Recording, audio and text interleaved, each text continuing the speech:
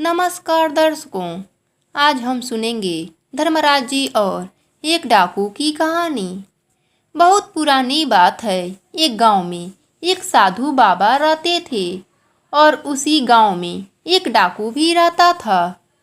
साधु बाबा अपने पूरे जीवन काल में सभी तरह के व्रत, पूजा पाठ, तपस्या की और डाकू हमेशा चोरी लूटपाट की। एक दिन दोनों की मृत्यु हो गई। मृत्यु के बाद दोनों को धर्मराज जी के दूत लेने आए।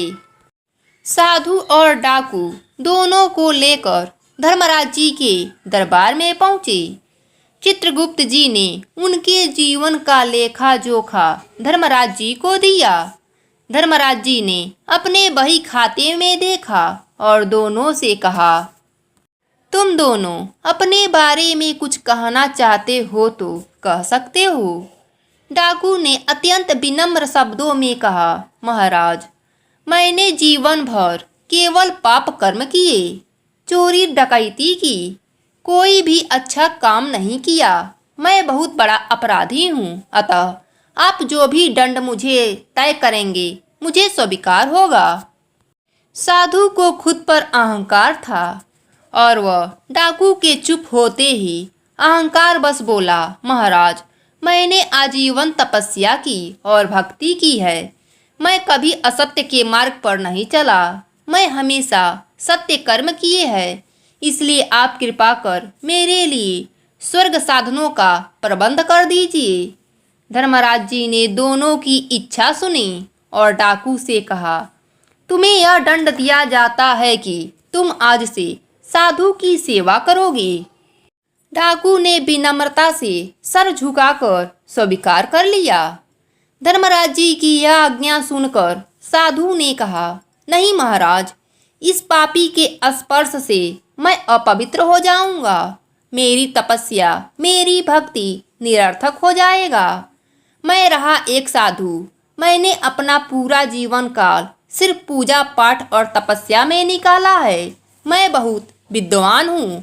मेरी सेवा एक डाकू के द्वारा नहीं किया जा सकता। मुझे यह मंजूर नहीं है।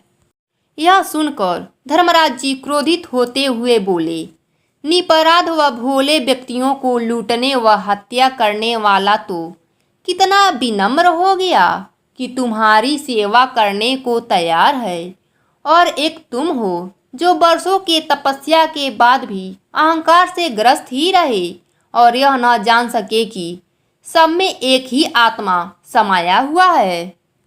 तुम्हारी तपस्या अधूरी है, अतः आज से तुम इस डाकू की सेवा करोगे, क्योंकि मरने से पहले तुमने जो भी पुण्य कर्म किए उन सब का तुम्हें अहंकार रहा और आज भी तुम वही अहंकार की बातें कर रहे हो। इसलिए तुम्हें यही सजा है कि तुम आज से इस डाकू की सेवा करोगे। इस प्रकार अहंकार के चलते साधु का पूरा जीवन किया गया पुण्य समाप्त हो गया। इसलिए कहा गया है कि मनुष्य को कभी भी अहंकार नहीं करना चाहिए। उसे हमेशा विनम्र ही रहना चाहिए, क्योंकि विनम्रता के साथ शत्रु को भी मित्र बनाया जा सकता है। अहंकार के कारण मित्र भी शत्रु बन जाते हैं। अहंकार करने से हमेशा सर्वनाश होता है। फिर चाहे कोई योद्धा हो, देव हो या देवी, जिसने भी अहंकार किया उसका हमेशा सर्वनाश ही हुआ। अहंकार हमारे किए गए पुण्य को भी समाप्त कर देता है।